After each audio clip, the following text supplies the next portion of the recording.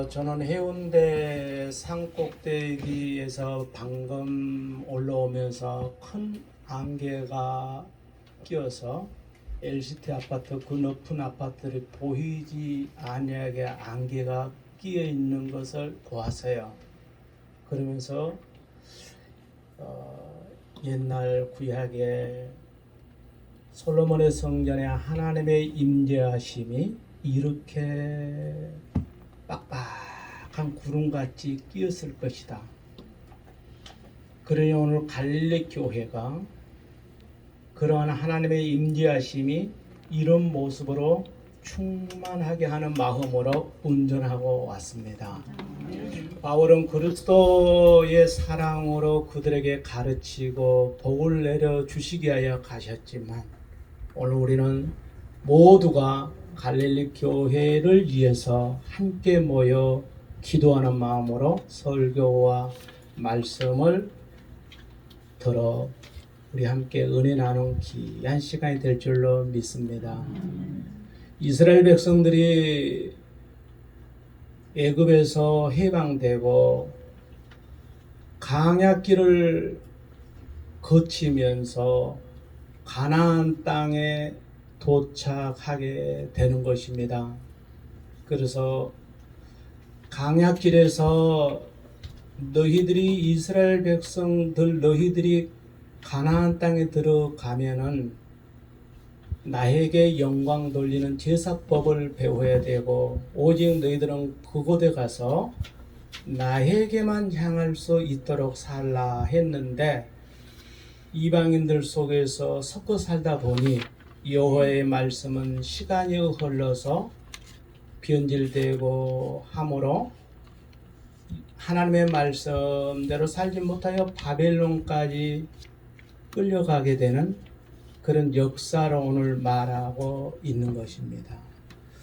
하나님의 말씀대로 우리가 경청하고 실천하지 아니할 때는 이스라엘 백성들뿐만 아니라 우리 자손들까지 후대까지 역시 그러한 이치에 있게 마련입니다. 오늘 이스라엘 백성들이 하나님의 말씀을 듣고 실천하지 아니하므로 고통 중에 있을 때에 하나님은 이사야를 통해서 말씀합니다. 내 백성을 위로하라. 내 백성을 위로하라고 말씀하십니다. 그러면서 뭐라고 말씀하시냐면 노역의 날이 끝났고 시간이 끝났고 고통이 끝났고 여러분들 우리가 끝나야 할 문제들이 있다라고 했을 때는 얼마나 고통스러워요. 이 문제에서 좀 해결하고 싶다. 해결되고 싶다. 이 문제만 없으면 내가 이 다음에는 더 이상 내가 실수 안 하리. 이 문제만 해결된다라고 하면 이거 좀 끝났으면 좋겠다. 그 고통 중에 사는 사람 거의 다가 그렇게 살겠죠. 나도 설교를 하고 있지만 나 역시 그런 고통 속에 살고 있는 거고 또 귀로 듣는 여러분들 역시 그런 고통 중에 살고 있는 겁니다. 그러나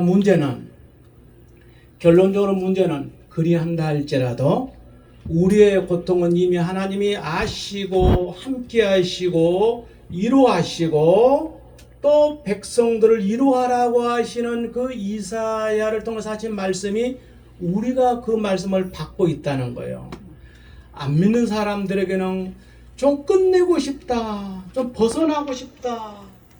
좀 뭔가 이 늪에서 해결되고 싶다라고 하는 인생 우리하고는 전혀 다른 거예요. 오늘 그런 이스라엘 백성들이 살고 있는데 그 노역에서 끝났다. 그리고 그 죄에서 사함을 받았다. 이 두 가지를 주실 때에 이거 우리 복음을 받는 기독교들의 큰 축복이라는 것이죠.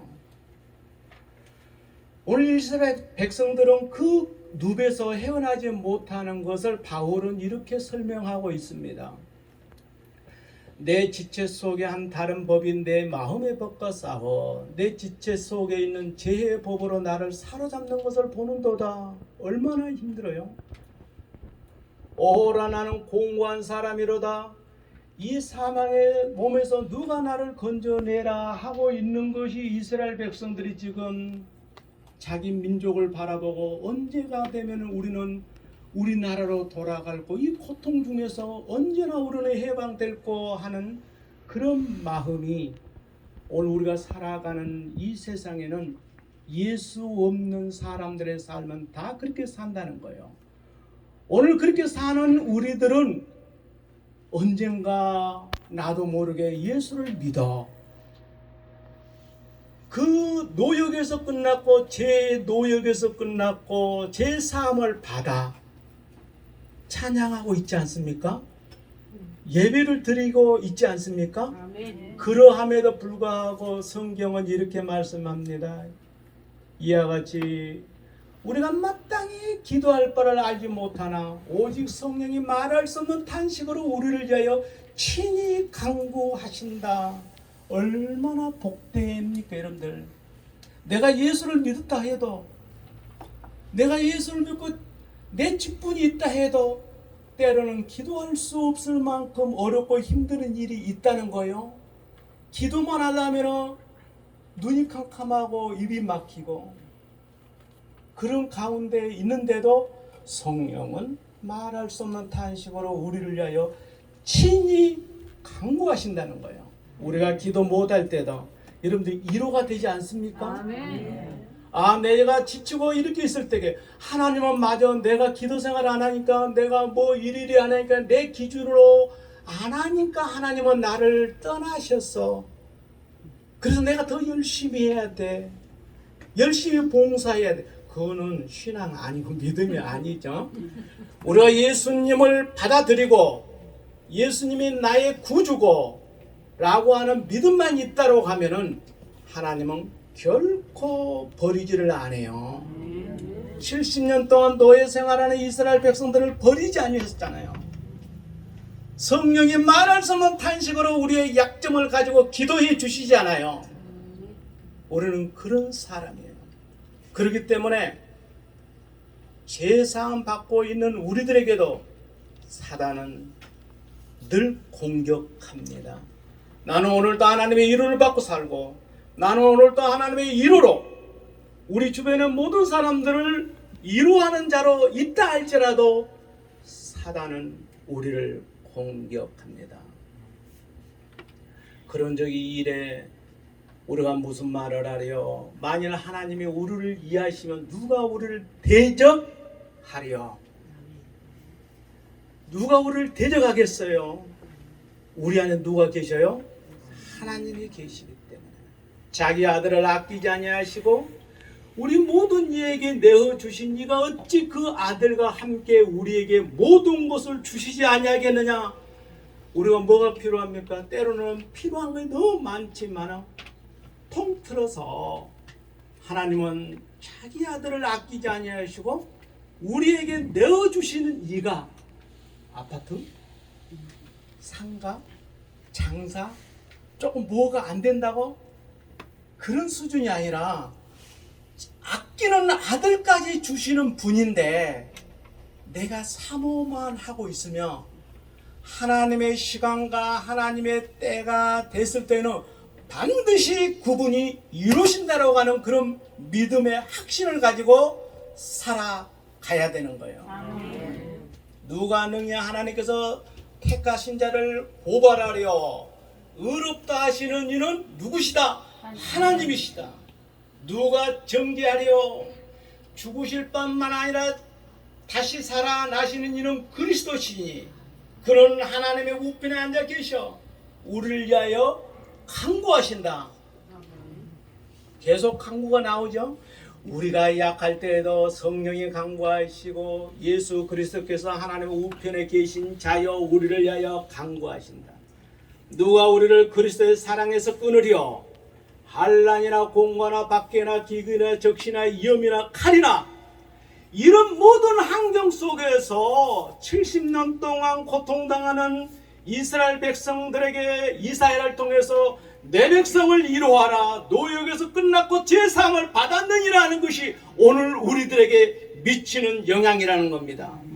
오늘 믿음의 사람들이요, 우리는 그런 믿음을 가지고 이로하며 삽시다. 아멘. 사랑도 받는 사람이 사랑할 줄 아는데 하나님의 위로를 받는 사람만이 위로자가 되는 거예요. 아무리 우리가 전도지가 천장만장 있어서 이 전도지를 뿌린다 하고 전달한다 하고 전도한다 해도 우리가 예수의 이름으로 변화되지 않냐고 예수의 이름으로 체험하지 않는 그런 전도는 하는 거는 좋지만 성령의 역사가 더디다는 것이요. 누가 봐도 우리가 하나님의 역사와 하나님의 은혜 속에서 체험하게 되고 내 마음속에 하나님의 영광이 가득 찼을 때에 전도지를 보는 것이 아니라 전도지 만장이 아니라 내 속에 있는 그리스도를 나타내는 얼굴의 전도지 한 장이면 끝나는 거예요. 아우 저 사람 얼굴은 전도지야. 아 저 사람하고 차 한잔 마셨으면 좋겠어. 우리 남부산 노회 우리 부노회장 얼굴 안 보세요. 나 처음 보고 나보다 낫다. 멋지고 이래서 참 은혜가 넘치잖아요. 아 여러분들 마찬가지예요. 여러분들도 노회장 부노회장 같이로 너무 화려하고 예쁩니다. 근데 마스크를 좀 벗으면 좀 다르겠죠. 우리가 그리스도의 안에 있으면 내 속에 영이 살아서 내 얼굴을 비춰 사람들에게 영향을 주는 것이 무엇이냐? 내가 곧 누가 되는 거요? 이사야가 되는 거예요. 내가 곧 이사야가 돼서 하나님의 말씀의 명령대로 내 백성을 이루하는 거예요. 우리 울산에 우리 갈릴 교회가 그러한 교회가 되기를 축복합니다. 아멘. 내가 위로를 받아야 이방인들에게 위로하는 것이고 모든 목회자를 위로할 수 있고 모든 성도들에게 위로해 드릴 수 있는 거예요. 또 여기 계시는 우리 성도 우리 목회자들 역시 밖에 나가며 그러한 사람이 돼야 되는 거예요. 오늘 성경의 마지막으로 보면은 뭐라고 말씀하셨냐면 우리 2절을 한번 봅시다. 2절 우리 같이 한번 봅시다. 시작. 네. 너희는 예루살렘 마음에 닿도록 말하며 아멘. 거기까지요. 너희는 무엇에 닿도록요? 예루살렘 지형을 말하는 것이 아니라 예루살렘에 있는 백성 사람을 말하는 거예요. 제가 우리 목회자들 속에서 제 이름을 걸지 않고 내 이름을 쓰지 않고 설이나 성탄 뭐 이럴 때게 뭐 날리고 이런 거 나는 질색해요. 왜 그러냐면 여기에 말씀이 예루살렘의 마음이 닿도록 이렇게 돼 있어요. 그러니까 마음이 없는 카톡 보내지 말라는 거예요. 누가 뭐 받아서 꽃이나 이런 거 받아서 좋다고 보내지 말고 마음을 담아서 내 이름 석자 김영배 목사님 올 한 해도 우리 함께 지내면서 이런 일 저런 일을 같이 나누고 그 몇 자리 쓰면은 내가 마음이 끌리잖아요. 근데 마음이 없는 꽃이나 마음이 없는 글은 답장도 안 해요. 왜요? 우리가 그런 데에서 훈련이 되면은 목회도 마음 없이 대답하고 목회도 마음 없이 여러분들 제일 믿는 사람들이 하기 좋은 건 뭔 줄 아세요? 목사님, 집사님, 성도님 기도해 주세요. 네, 기도하고 있습니다. 제일 좋아요. 피하기 좋고 마음에 없는 대답하지 말라는 것이고 마음에 없는 답은 하지 말라는 거예요. 오늘 예루살렘 성도들에게 예루살렘 사람들에게 마음 없는 말을 하지 말라는 거예요. 마음 없는 위로하지 말라는 거예요. 여러분들 우리는 이제부터 마음 있는 관계를 가집시다. 우리가 말씀을 전해도 기도해도 설명을 해도 들어도 그 말 속에서 그리스도의 향기가 풍겨 나올 수 있는 그런 목회자 성도 우리 믿는 사람들이 돼야 되지 않겠습니까? 아멘. 마음에 없는 하나님이 없는 진실이 없는 그런 언어를 쓰지 말자는 거예요. 이로 내가 체험해보지 않냐는 이로 무슨 소용이 있어요? 하나님 앞에 정말 내가 이렇게 살았더니 얼마나 힘드냐라고 그들과 함께 울고 함께 웃고 함께 동참할 수 있는 그런 믿음의 동력자, 목회자, 그런 우리의 이 공동체가 되기를 축복합니다. 아멘. 마음에 닿도록, 예루살렘의 마음이 닿도록, 오늘 우리는 옆에 사람 마음이 닿도록, 쉽게 이야기하면 서울 말로 좀 수준 있는 학교 말로 라고 하면은 감동되게, 우리 감동되게 삽시다. 하나님을 감동시키고 그러면은 하나님은 우리를 또 감동시켜서 다른 사람이 또 감동받아. 그게 뭐냐면 성령이 충만한 거예요. 기도드립시다. 주님 감사합니다. 주님의 위로를 받는 자만이 백성을 위로할 수 있습니다. 마음이 닿는 진실한 마음으로 목회 현장에 임하는 우리 모두가 되게 하시고 우리 모든 성도들이 되게 하옵소서. 특별히 울산 갈릴리 교회가 그러한 교회가 되게 해주시고 여호와의 임재하심이 가득가득 차는 교회가 되게 하옵소서. 예수님의 이름으로 기도드립니다.